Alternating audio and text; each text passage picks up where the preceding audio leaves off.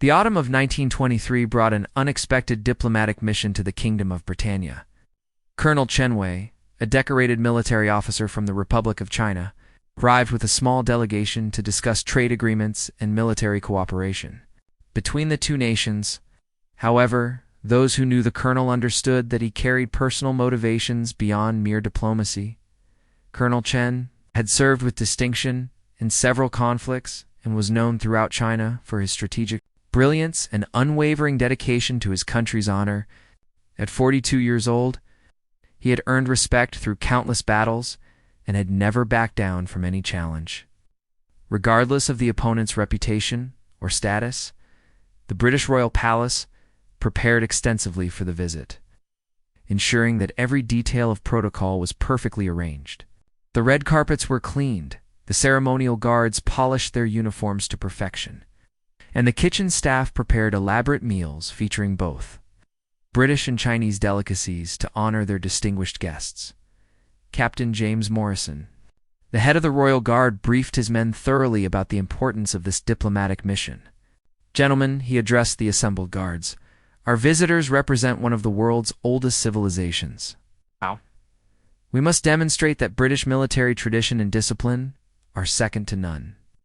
Among the guards selected for special duty during the visit was Sergeant William Hayes, a veteran of the Great War, who had earned his position through exceptional service and unshakable composure under pressure. At 28, Hayes had already distinguished himself in several challenging situations and was known for his ability to remain calm and respectful while maintaining absolute adherence to military protocol. The delegation's arrival created quite a spectacle in London. Crowds gathered along the streets to catch a glimpse of the foreign dignitaries, and newspapers reported extensively on the historic nature of the visit. Colonel Chen, dressed in his formal military uniform adorned with numerous medals and decorations, cut an impressive figure as he stepped from the diplomatic carriage. During the initial reception in the palace's grand ballroom, Colonel Chen observed everything with the keen eye of a military strategist. He noted the positioning of guards, the efficiency of the staff, and the overall organization of the event. However, his attention was particularly drawn to the British Guard's ceremonial duties and their rigid adherence to traditional protocols. Colonel had heard stories about the famous British Royal Guard and their reputation for unwavering discipline. In his own country, such stories had grown into legends of soldiers who never moved, never spoke, and never broke formation, regardless of circumstances. Colonel Chen found himself curious about whether these legends were based on reality or mere exaggeration. King George received the delegation with appropriate ceremony, expressing genuine interest in strengthening relationships between their nations. The formal dinner that followed was a display of diplomatic elegance, with carefully planned conversations about trade, cultural exchange, and mutual respect between two proud military traditions. After dinner, as the delegates toured the palace's historic halls, Colonel Chen engaged Captain Morrison in conversation about British military customs and traditions. "Captain," he said through his interpreter, "I have heard remarkable stories about your guard's discipline and dedication. In China, we greatly admire such qualities in soldiers." Captain Morrison responded with appropriate pride, "Colonel Chen, our guards are indeed trained to the highest standards. They represent centuries of British military tradition and take their duties very seriously. I would be interested to observe their training methods," Colonel Chen continued, his tone remaining polite but with an undertone that suggested more than casual curiosity. "Perhaps we could arrange a demonstration of their skills." The captain agreed to organize such a demonstration, thinking it would be an excellent opportunity to showcase British military excellence. However, he failed to recognize the calculating look in Colonel Chen's eyes, the expression of a man who was planning something beyond a simple observation of military drills. That evening, as the delegation settled into their guest quarters, Colonel Chen spent considerable time reviewing what he had learned about the palace's security arrangements and the guards' daily routines. His aide, Major Leo, noticed his commander's intense concentration and asked about his observations. Major Liu, Colonel Chen replied thoughtfully, "Tomorrow, we will witness something that will either confirm the legends of British military discipline or reveal them as elaborate theater designed to impress foreign visitors. The colonel's words carried a weight that his aide recognized from their years of service together. Colonel Chen was preparing for some kind of test, though the exact nature of his plans remained unclear. What was certain was that the following day would bring more than a routine military demonstration. As Sergeant Hayes completed his evening duties and prepared for the next day's special assignment, he had no idea that he was about to face a challenge. That would test not only his training and discipline, but also his ability to uphold British military honor. In the face of an unprecedented situation, the stage was set for a confrontation between two military traditions, two concepts of honor, and two men who would each discover something unexpected about courage, respect, and the true meaning of duty. The diplomatic visit was about to become something far more significant than anyone had anticipated. Dawn broke crisp and clear over the palace grounds as preparations began for the military demonstration. Captain Morrison had arranged for Colonel Chen and his delegation to observe the Guard's morning ceremonial duties, including the famous changing of the Guard ceremony that had become a symbol of British military precision. Sergeant Hayes stood at attention in the palace courtyard, his scarlet uniform immaculate and his ceremonial rifle held with practiced precision. He had been selected to demonstrate the traditional sentry duty, a role that required absolute stillness and unwavering attention regardless of external distractions or circumstances. Colonel Chen arrived punctually, accompanied by his interpreter, and several members of his delegation. He wore his formal uniform but had added something unusual, a ceremonial sword that gleamed in the morning sunlight. Captain Morrison noted the addition but assumed it was simply part of the colonel's formal military dress. Sergeant Hayes, Captain Morrison announced, "You will demonstrate our traditional sentry duty.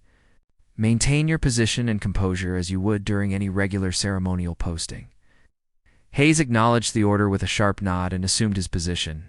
His feet were precisely placed, his shoulders squared, and his eyes focused straight ahead with the unwavering gaze that had been drilled into him through years of training. To any observer, he appeared more like a statue than a living person.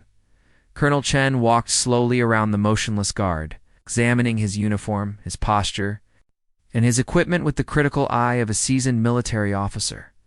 The colonel made several comments to his interpreter, all positive observations about the guard's appearance and bearing. "Very impressive," Colonel Chen said through his interpreter to Captain Morrison. "Your guard maintains excellent form. I am curious about the extent of his discipline under more challenging circumstances." Captain Morrison felt a slight unease at the colonel's words, but responded confidently. "Our guards are trained to maintain their positions regardless of circumstances, Colonel. They represent the steadfast nature of British resolve." "Excellent," Colonel Chen replied, and then something changed in his demeanor. The polite diplomatic mask slipped away, replaced by the focused intensity of a battlefield commander. "Then perhaps we can test this resolve in a more meaningful way." Before anyone could react, Colonel Chen drew his ceremonial sword in one fluid motion and pointed it directly at Sergeant Hayes's chest, the sharp tip stopping mere inches from the guard's uniform. The morning air suddenly became tense with shock and confusion. Captain Morrison stepped forward immediately. "Colonel Chen, what are you doing? This is highly irregular and completely against diplomatic protocol." Captain Colonel Chen replied calmly, his sword still pointed at the motionless guard. "You have told me that your guards maintain their discipline regardless of circumstances. I wish to see if this claim is truth or mere boasting." Sergeant Hayes felt the cold metal near his chest, but his training took over completely. His years of service had taught him that a guard's duty was to remain at his post unless directly ordered to move by a superior officer. His breathing remained steady, his posture unchanged, and his eyes continued to stare straight ahead, as if nothing unusual was happening. The other members of the Chinese delegation appeared as surprised as the British officers by their colonels. Unexpected action. Major Lu stepped forward and spoke quietly to his commander in Chinese, clearly concerned about the diplomatic implications of the situation. Colonel Chen listened to his aide, but did not lower his weapon. "Major Lu, I am testing more than this guard's discipline. I am testing whether the British understand the true meaning of military honor and faced with genuine challenge rather than ceremonial routine. Captain Morrison was torn between his duty to protect his subordinate and his need to avoid creating an international incident. Colonel, I must insist that you lower your weapon immediately. Sergeant Hayes is following orders and cannot defend himself in this situation. That is precisely the point, Captain, Colonel Chen responded. A true soldier's courage is not measured by his ability to fight when armed and ready, but by his ability to maintain honor when vulnerable and tested. The tension in the courtyard was palpable as other guards moved closer, uncertain whether they should intervene or maintain their own positions. Palace officials who had gathered to watch the demonstration stood frozen, unsure how to handle this unprecedented breach of diplomatic etiquette. Sergeant Hayes, meanwhile, continued to demonstrate exactly what Colonel Chen was testing. Despite the sword at his chest, despite the obvious danger, despite the chaos erupting around him, he remained absolutely motionless. His training had prepared him for many situations, but nothing quite like this moment where his discipline was being tested by a foreign military officer. The colonel held his position for several more minutes, studying not just the guard's physical composure, but also looking for any sign of fear, anger, or weakness in his expression. What he saw impressed him far more than he had expected. Hayes displayed not just mechanical obedience to orders, but a calm dignity that suggested genuine courage rather than mere training. Finally, Colonel Chen lowered his sword, but his test was far from over. The morning demonstration had become something unprecedented in diplomatic history, and the consequences of his actions were only beginning to unfold. Both the British and Chinese officials present knew they were witnessing something that would be remembered and discussed for years to come. As the immediate tension eased slightly, all eyes remained on Sergeant Hayes, who continued to stand perfectly still, as if nothing unusual had occurred. His response to the colonel's challenge had already begun to create the legend that would make this day famous throughout both nations. Colonel Chen's unexpected aggression had transformed the peaceful morning demonstration into a tense standoff that would test the limits of military protocol and diplomatic relations.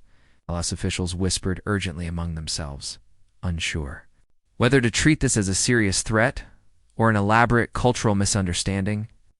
Colonel Chen, Captain Morrison said with forced calm, "You have made your point about discipline. Now I must ask you to step away from my sergeant and explain your intentions." The colonel smiled slightly, an expression that carried both respect and determination. "Captain, I have not yet finished my examination of British military honor. What I have seen so far is impressive, but I wish to understand the full extent of your guard's commitment to duty." Without warning, Colonel Chen began walking in a slow circle around Sergeant Hayes, his sword now lowered but still prominently displayed. He spoke in a clear voice that carried across the courtyard, his words translated immediately by his nervous interpreter. "In my country," Colonel Chen announced, "we have a saying, 'True iron is tested in the hottest fire.' This guard has shown admirable composure under the threat of a weapon. But there are other tests of character that reveal a soldier's true nature." As he completed his circle, Colonel Chen stopped directly in front of Hayes and began speaking in broken but understandable English. Abandoning his interpreter for this more personal challenge, "Sergeant Hayes, I know you can hear me, though you cannot respond. I want to tell you about a battle I fought 3 years ago in the mountains of southern China." The colonel's voice took on a storyteller's rhythm as he described a fierce engagement, where his outnumbered forces faced overwhelming odds.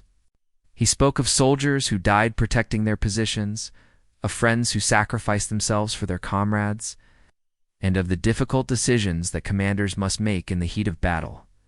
Captain Morrison realized that this was not random conversation, but a calculated psychological pressure designed to test Hayes's emotional control. The colonel was attempting to provoke some reaction through stories of military sacrifice and honor, perhaps hoping to stir the guard's own memories of combat or appeal to his soldiers' instincts. Sergeant Hayes, indeed, found the colonel's stories stirring memories of his own service in France during the Great War. He remembered fallen comrades, desperate charges across no man's land, and the weight of responsibility that came with military leadership. However, his training and personal discipline allowed him to acknowledge these emotions without letting them affect his duty. Colonel Chun noticed the slight tightening around Hayes's eyes that indicated the stories were having an impact, but he was impressed rather than satisfied. The guard was clearly affected by the tales of military sacrifice, yet he maintained his position with unwavering dedication. Captain Morrison, Colonel Chen said, turning away from Hayes but keeping his voice loud enough for the guard to hear. This sergeant served in the Great War, did he not? I can see it in his bearing, the way he holds himself. Such men have seen things that change them forever. Colonel, I fail to see the relevance of Sergeant Hayes's service record to this situation, Morrison replied tensely. You are testing my patience as well as his discipline. Patience is exactly what I am testing, Colonel Chen responded. But not just the patience to stand still when threatened. I am testing the patience to maintain honor when provoked, the patience to serve duty even when duty seems unreasonable or unfair. The colonel then did something that shocked everyone present. He removed his own military jacket, revealing the scars of multiple battle wounds across his arms and chest. These visible marks of service created an immediate connection with any veteran who understood the price of military service. Sergeant Hayes, Colonel Chen, continued in English, I too have stood where you stand now. I too have followed orders that seemed impossible or unreasonable. The difference is that I was never asked to prove my courage by remaining motionless while someone tested me like an object. This direct challenge to the nature of Hayes's duty represented a new level of provocation. The colonel was essentially arguing that the guard's demonstration of discipline was somehow demeaning or unreasonable, characterization that went to the heart of British military tradition. Several British officers moved closer, clearly uncomfortable with the direction the colonel's test was taking. However, they were constrained by diplomatic protocol and their uncertainty about how to respond to such an unprecedented situation. Hayes, meanwhile, was processing the colonel's words and actions. With the analytical mind of an experienced soldier, he understood that he was being tested not just for physical discipline, but for his commitment to the principles behind his service. The colonel was challenging whether blind obedience was truly honorable, or whether it was simply elaborate submission. Colonel Chen walked closer again, this time speaking quietly enough that only Hayes could hear his words clearly. Young soldier, I respect your dedication, but I want you to understand something important.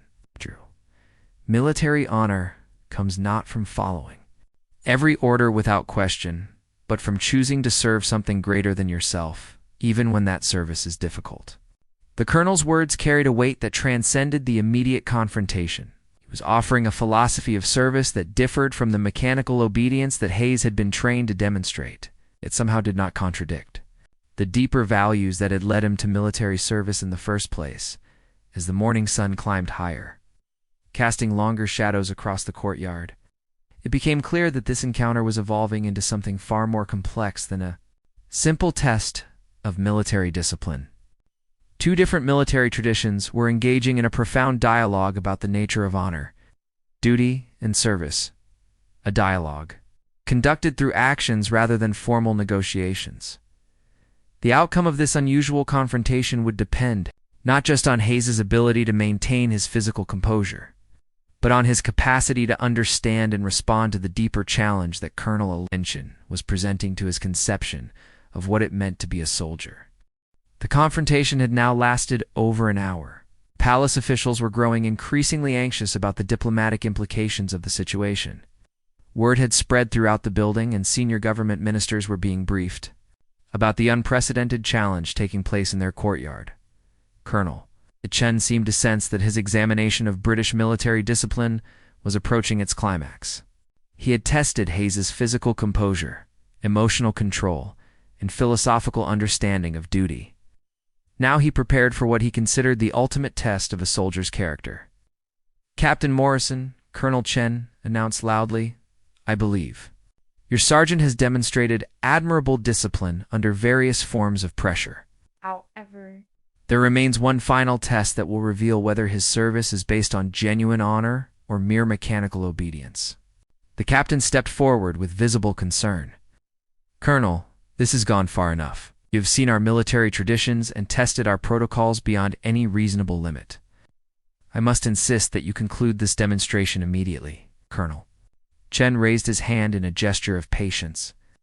Captain, what I am about to do will require no physical threat to your sergeant, but it will ask him to make a choice that reveals his true character as a soldier. Without further explanation, Colonel Chen moved to stand directly in front of Sergeant Hayes. He looked into the guard's eyes with an expression of genuine respect and spoke in clear English so that everyone present could understand his words. Sergeant Hayes, you have impressed me more than I expected when I began this test. You have shown courage in the face of threat, composure under psychological pressure, and dedication to duty despite provocation. These are the qualities of an exceptional soldier. Hayes continued to stare straight ahead, but those watching closely could see that he was listening intently to every word. The colonel's tone had changed from challenging to respectful, suggesting that the nature of the test was evolving once again. However, Colonel Chen continued, I now want to offer you something that no superior officer should ever offer a subordinate. During active duty, I want to give you a choice. The colonel paused dramatically, allowing the weight of his words to settle over the assembled observers. Captain Morrison felt a growing sense of dread as he realized that the colonel was about to challenge the very foundation of military discipline, the principle that soldiers follow orders without question. Sergeant Hayes, Colonel Chen said clearly, I am going to walk away from this courtyard and end my test of your discipline. You may maintain your position as ordered and continue your demonstration of ceremonial duty. However, if you believe that your honor as a soldier has been sufficiently proven, and if you wish to acknowledge the mutual respect between two military traditions, you may choose to step forward and meet me as an equal. The audacity of this offer stunned everyone present. Colonel Chen was essentially asking a guard on active duty to abandon his post and break military protocol in order to demonstrate a different kind of courage, the courage to make an independent decision based on personal judgment rather than blind obedience. Captain Morrison started to speak, but Colonel Chen held up his hand again. Captain, this choice must be the sergeant's alone. Any order you give now will invalidate the test and prove that your discipline is indeed based on mechanical obedience rather than intelligent service. The colonel began walking slowly toward the courtyard exit, his pace deliberate and measured. With each step, he was asking Hayes to decide between two competing concepts of military honor: the traditional British emphasis on unwavering obedience, two orders, and his own philosophy that true honor sometimes required independent moral judgment. Hayes found himself facing the most difficult decision of his military career. His training, his loyalty to his superior officers, and his respect for British military tradition all demanded that he maintain his position regardless of the colonel's offer. Yet something in the colonel's respectful challenge resonated with his own understanding of what it meant to serve with genuine honor. The sergeant considered the colonel's words about intelligent service versus mechanical obedience. In his experience during the Great War, the best officers had been those who encouraged their men to think as well as obey, who valued initiative and judgment alongside discipline and order. As Colonel Chen reached the halfway point toward the courtyard exit, Hayes made his decision. Without breaking his military bearing or abandoning his dignity, he took one deliberate step forward, not abandoning his post in panic or rebellion, but making a conscious choice to acknowledge the colonel's test and demonstrate that his service was based on understanding rather than mere conditioning. The single step created a ripple of shock throughout the assembled observers. Some saw it as a breach of military discipline that would require consequences, while others recognized it as an act of remarkable courage that transcended traditional boundaries. Colonel Chen stopped walking and turned around with a broad smile of genuine respect and satisfaction. He had found what he was looking for, proof that the legendary British military discipline was not mere theatrical display, but was grounded in the intelligent service of thinking soldiers who chose to serve with honor. Sergeant Hayes, Colonel Chen called across the courtyard, would you do me the honor of walking the rest of the way to meet me? Hayes looked toward Captain Morrison, not asking for permission, but acknowledging his commanding officer's authority. Morrison found himself in an impossible position. Any order he gave would either validate or invalidate his sergeant's demonstration, intelligence service. After a moment of internal struggle, Captain Morrison made his own difficult decision. "Sergeant Hayes," he said formally, "you are temporarily relieved of sentry duty. You may respond to Colonel Chen's request as you see fit." With this official relief from duty, Hayes walked across the courtyard with military precision to meet Colonel Chen. The two soldiers faced each other with mutual respect, representatives of different nations and military traditions, who had found common ground in their shared understanding of what it meant to serve with genuine honor. When Sergeant Hayes reached Colonel Chen, the two soldiers stood face to face in what had become a historic moment of mutual recognition between different military traditions. The tension that had dominated the morning gave way to an atmosphere of respect and understanding that surprised everyone present. Colonel Chen extended his hand to Hayes in the universal gesture of military brotherhood. "Sergeant, you have taught me something important about British discipline today. It is not the blind obedience I had heard described in stories, but the intelligent service of a thinking soldier who chooses to maintain honor even under extraordinary circumstances." Hayes accepted the handshake with his characteristic composure, but those close enough could see the emotion in his eyes. "Colonel Chen, your test was unlike anything in my training, but I believe I understand what you were seeking to discover. You wanted to know whether our discipline comes from fear or from genuine commitment to service." "Exactly," Colonel Chen replied with evident satisfaction.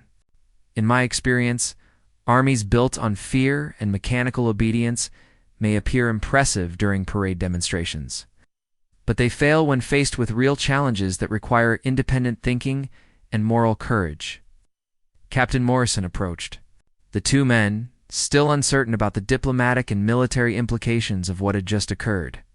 "Colonel Chen, while I appreciate the mutual respect you and Sergeant Hayes have demonstrated, I must point out that this morning's events have created an unprecedented situation that will require explanation to my superiors." Colonel Chen nodded. "Understandingly, Captain, I take full responsibility for the unconventional nature of my test. However, I believe the results justify the methods. Your sergeant has demonstrated qualities that go far beyond ceremonial discipline. He has shown the kind of intelligent courage that makes truly effective soldiers." The colonel then did something that surprised everyone once again. He removed one of his own military decorations, a medal that he had earned for exceptional service during a particularly dangerous campaign, and offered it to Sergeant Hayes. "Sergeant Hayes, in my country, we have a tradition of recognizing exceptional displays of military virtue regardless of nationality or service branch. This medal represents courage under fire and commitment to duty above personal safety. I believe you have earned the right to wear it." Hayes looked at the offered decoration with obvious surprise and honor, but also with concern about the propriety of accepting such a gift. "Colonel, I am deeply honored by your offer, but I am uncertain whether military protocol allows me to accept decorations from foreign officers." Captain Morrison found himself facing another unprecedented decision. The morning had already broken so many traditional boundaries that he was operating in uncharted territory regarding military etiquette and diplomatic protocol. "Sergeant Hayes," Morrison said after a moment of consideration, "I believe this situation transcends normal protocol. You may accept Colonel Chen's recognition with the understanding that it represents mutual respect between allied nations rather than a formal military decoration." As Hayes accepted the medal, Colonel Chen spoke to the assembled observers with the authority of his rank and the passion of his convictions. "Ladies and gentlemen, what you have witnessed today is not a violation of military discipline, but a demonstration of its highest form. This sergeant has shown that true discipline comes from understanding and choosing to serve, not from fear of punishment or blind obedience to orders." The colonel's words carried particular weight because they came from a foreign military officer with an established reputation for excellence and honor. His endorsement of British military values meant more than similar praise from domestic sources because it represented objective recognition from someone with no reason to offer false compliments, Major Liu, who had watched the entire confrontation with growing concern about its diplomatic implications, approached his commander with visible relief. "Colonel Chen, I must admit that I was worried about the consequences of your test. However, the outcome appears to have strengthened rather than damaged relations between our delegations. Major Colonel Chen replied, "Sometimes the greatest risks lead to the most valuable rewards. This morning I risked creating a diplomatic incident in order to discover whether the stories of British military excellence were based on reality or reputation. I am pleased to confirm that the reality exceeds the reputation." News of the morning's extraordinary events began spreading throughout the palace and beyond. Servants who had witnessed the confrontation shared their accounts with colleagues. Palace officials briefed government ministers about the unprecedented interaction between the Chinese colonel and the British Guard. King George himself requested a detailed report about the incident, particularly interested in understanding how a diplomatic visit had evolved into what appeared to be a genuine test of British military character. When briefed about Colonel Chen's methods and conclusions, the king expressed both concern about the breach of protocol and pride in Hayes's response to the challenge. Princess Mary, who had heard accounts of the morning's drama from her lady-in-waiting, asked to meet both Colonel Chen and Sergeant Hayes. She was curious about the Chinese officer who had created such an unusual situation and impressed by the guard, who had handled it with such grace.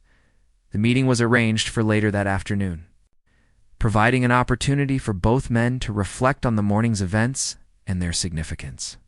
Colonel Chen spent time preparing remarks that would help explain his actions to the royal family, while Hayes considered how to articulate his experience of being tested in ways that no military training had prepared him for. As the palace returned to its normal routine, it was clear that the morning's confrontation had created something more than just an interesting story. It had demonstrated that military honor and diplomatic relations could be strengthened rather than weakened when soldiers from different nations recognized their shared commitment to service and excellence. The legend of the Chinese colonel's challenge and the Royal Guard's response was already beginning to take shape, though its full impact on both British and Chinese military thinking would not be understood for many years to come. The afternoon meeting with Princess Mary proved to be a defining moment in how the morning's extraordinary events would be remembered and understood by future generations. The princess, known for her intelligence and genuine interest in military affairs, had prepared thoughtful questions for both Colonel Chen and Sergeant Hayes. "Colonel Chen," Princess Mary began, "I understand that your test of our guard was based on your desire to understand the true nature of British military discipline. What conclusions have you drawn from this morning's demonstration?" Colonel Chen, now dressed again in his formal diplomatic attire, chose his words carefully. "Your Royal Highness, I came to Britain having heard stories that portrayed your guards as mere ceremonial figures who followed orders without thought or understanding. What I discovered today was far more impressive. A soldier who combines absolute discipline with intelligent service and moral courage." The princess turned to Sergeant Hayes with equal interest. "Sergeant, you faced a situation that no training manual could have prepared you for. How did you decide how to respond to Colonel Chen's unusual challenge?" Hayes, still somewhat overwhelmed by the day's events and the honor of speaking directly with royalty, answered with characteristic thoughtfulness. "Your Highness, I realized that the colonel was testing more than my ability to stand still under pressure. He was asking whether I served from understanding and choice, or merely from habit and fear. I chose to demonstrate that British soldiers serve from conviction, not compulsion." Princess Mary nodded approvingly. "Both of you have shown that military excellence transcends national boundaries and that true honor can be recognized regardless of uniform or flag."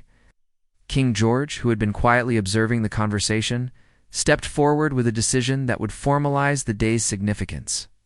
"Colonel Chen, your unconventional methods have revealed something valuable about our military traditions.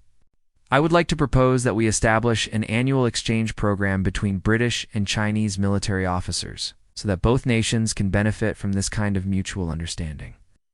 The proposal delighted Colonel Chen, who saw it as validation of his belief that military excellence could be enhanced through international cooperation and shared learning. "Your Majesty, such a program would honor the memory of today's demonstration and ensure that the lessons we have learned together continue to benefit future soldiers." Captain Morrison, who had struggled with the morning's breach of protocol, found himself reconsidering his understanding of military discipline. "Colonel Chen, I must admit that your test forced me to think about whether our traditions serve their intended purpose or have become empty ceremonies. Your challenge has been valuable, even though it was uncomfortable." Over the following weeks, news of the confrontation between the Chinese colonel and the British Guard spread throughout military circles in both nations. The story was told and retold, with each version emphasizing different aspects of the encounter. Some focused on Colonel Chen's audacious challenge to diplomatic protocol, while others celebrated Hayes's demonstration of intelligent courage. Military academies in both countries began using the incident as a case study in leadership and character development. Instructors debated whether Colonel Chen's methods were appropriate, while students discussed how they would have responded in Hayes's position. The story became a tool for examining the relationship between obedience and independent thinking in military service. Sergeant Hayes found his life changed in ways he had never anticipated. His demonstration of composed courage under extraordinary circumstances earned him rapid promotion and recognition throughout the British military. More importantly, he became an example of how individual soldiers could uphold their nation's honor through personal character rather than mere adherence to regulations. Colonel Ch returned to China with a new appreciation for British military culture and a model for testing and developing character in his own soldiers.